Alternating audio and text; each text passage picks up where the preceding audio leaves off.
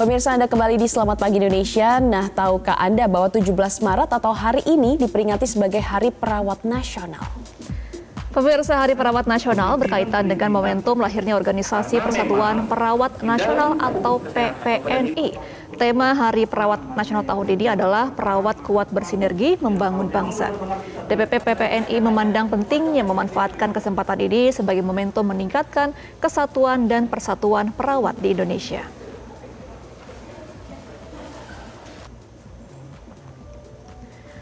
Nah, salah satu tugas berat perawat adalah perawatan paliatif. Perawatan paliatif adalah perawatan bagi seorang pasien yang tidak dapat disembuhkan dengan cara memaksimalkan kualitas hidup pasien serta mengurangi gejala yang mengganggu dengan memperhatikan aspek psikologis dan spiritual pasien serta keluarga. Perawatan paliatif juga menyediakan sistem pendukung untuk menolong keluarga pasien dalam menghadapi kematian dari anggota keluarga yang dicintai sampai dengan masa berkabung.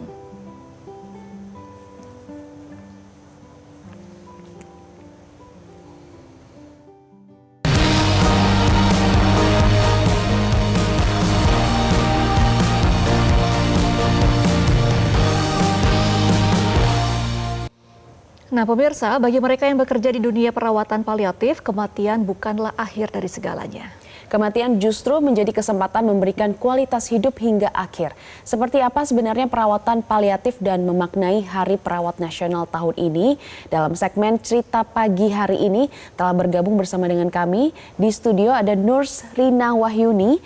Ini adalah seorang perawat paliatif dan bergabung melalui sambungan Zoom ada Wakil Menteri Kesehatan Dante Saxono. Kita panggil terlebih dahulu Nurs Rina. Nurs Rina, selamat pagi. Terima kasih sudah datang ke Selamat Hari Perawat Nasional ya, Sus Rina. Terima kasih. Oke, kita juga akan menyapa Pak Dante ya. Ada Wamenkes di sini, Pak Dante. Selamat pagi. Selamat pagi, pemirsa semua. Selamat pagi. Oke, kita akan mulai dialognya ya, Gloria. Kita akan tanya ke Nurs Rina terlebih dahulu. Nurs Rina, sudah berapa lama menjadi perawat paliatif ini? Kalau untuk perawat paliatifnya sendiri udah 16 tahun. Tapi sebagai seorang perawat sekitar 25 tahunan. Oh, itu berarti memang konsentrasinya berbeda gitu ya? Iya, tadinya saya di rumah sakit dan sejak 2008 saya bergabung menjadi perawat paliatif di Rachel House. Nurs Rina, kalau kita melihat perawat paliatif ini kan memang masih awam sekali ya di kalangan masyarakat. Nah, seperti apa sih sebenarnya perawat paliatif ini? Sebenarnya perawat paliatif itu adalah yang mereka bekerja penuh dengan empati. Kenapa? Karena di asuhan paliatif itu sangat berbeda karena kita nggak hanya melihat pasien dari segi penderitaan medisnya, tetapi bagaimana juga medis itu fisik itu berdampak ke emosionalnya juga. Nah, kenapa dari hati? Karena begitu seorang perawat ngelihat pasien itu adalah diri dia sendiri atau keluarga terdekatnya dan melihat penderitaan itu juga terjadi di keluarga terdekatnya, itu kita bisa memberikan pelayanan yang optimal untuk si pasien. Nah, dari saya bilang adalah memberikan asuhan yang bertujuan untuk kualitas hidup si pasien itu sendiri, yang tidak hanya meyakinkan untuk gejala nyerinya hilang, tetapi bagaimana juga gejala-gejala yang lain itu terkelola, kemudian hadir bersama mereka, mendampingin mereka dalam situasi emosional yang berat dalam menerima penyakitnya.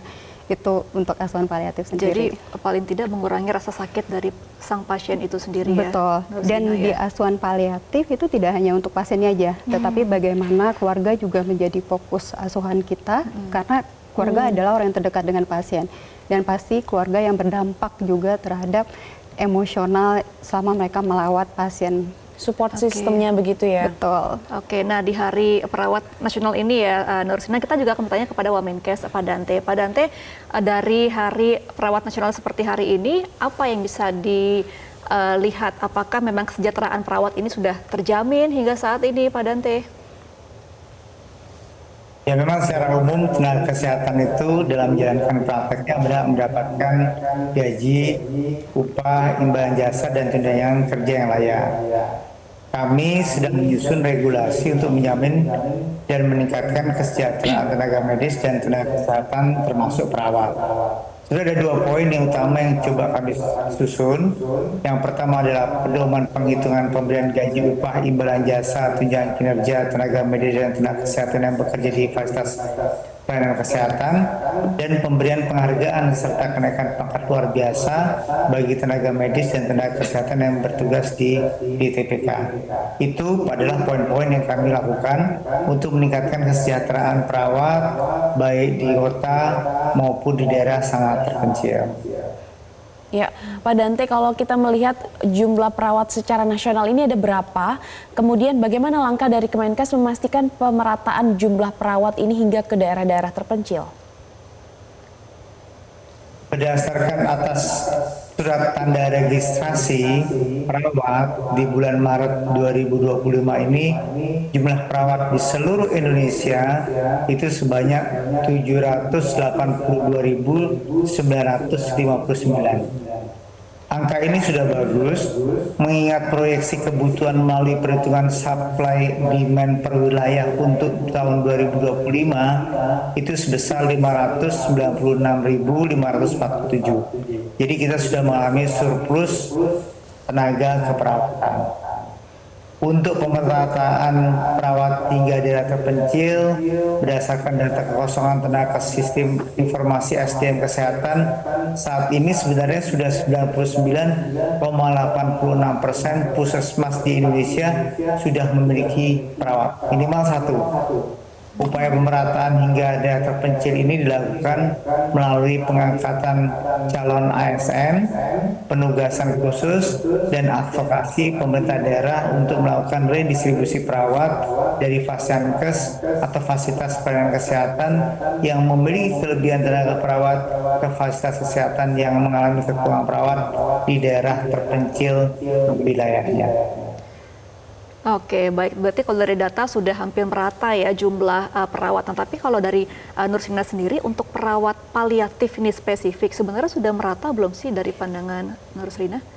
Khusus untuk asuhan paliatif itu belum, terutama di daerah-daerah. Tapi untuk di Jakarta mungkin akses untuk asuhan paliatif mudah didapat, tapi yang paling susah itu adalah akses untuk rawat rumahnya. Makanya peran perawat untuk praktek mandiri keperawatan dan menjalankan home care itu sangat penting banget untuk asuhan paliatif.